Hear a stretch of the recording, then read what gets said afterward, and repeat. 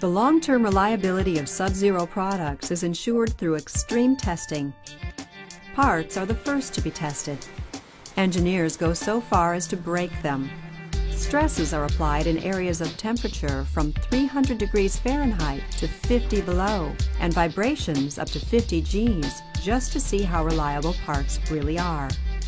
Further testing is done to ensure product durability by simulating many years of use in the home. Reliability testing requires refrigerator doors being opened up to 600,000 times. Engineers have even designed and built a fixture to test 24 ice dispensers simultaneously for 500,000 operations. We do a lot of extreme testing on our products day in and day out to ensure the reliability and performance on the Sub-Zero and Wolf brands.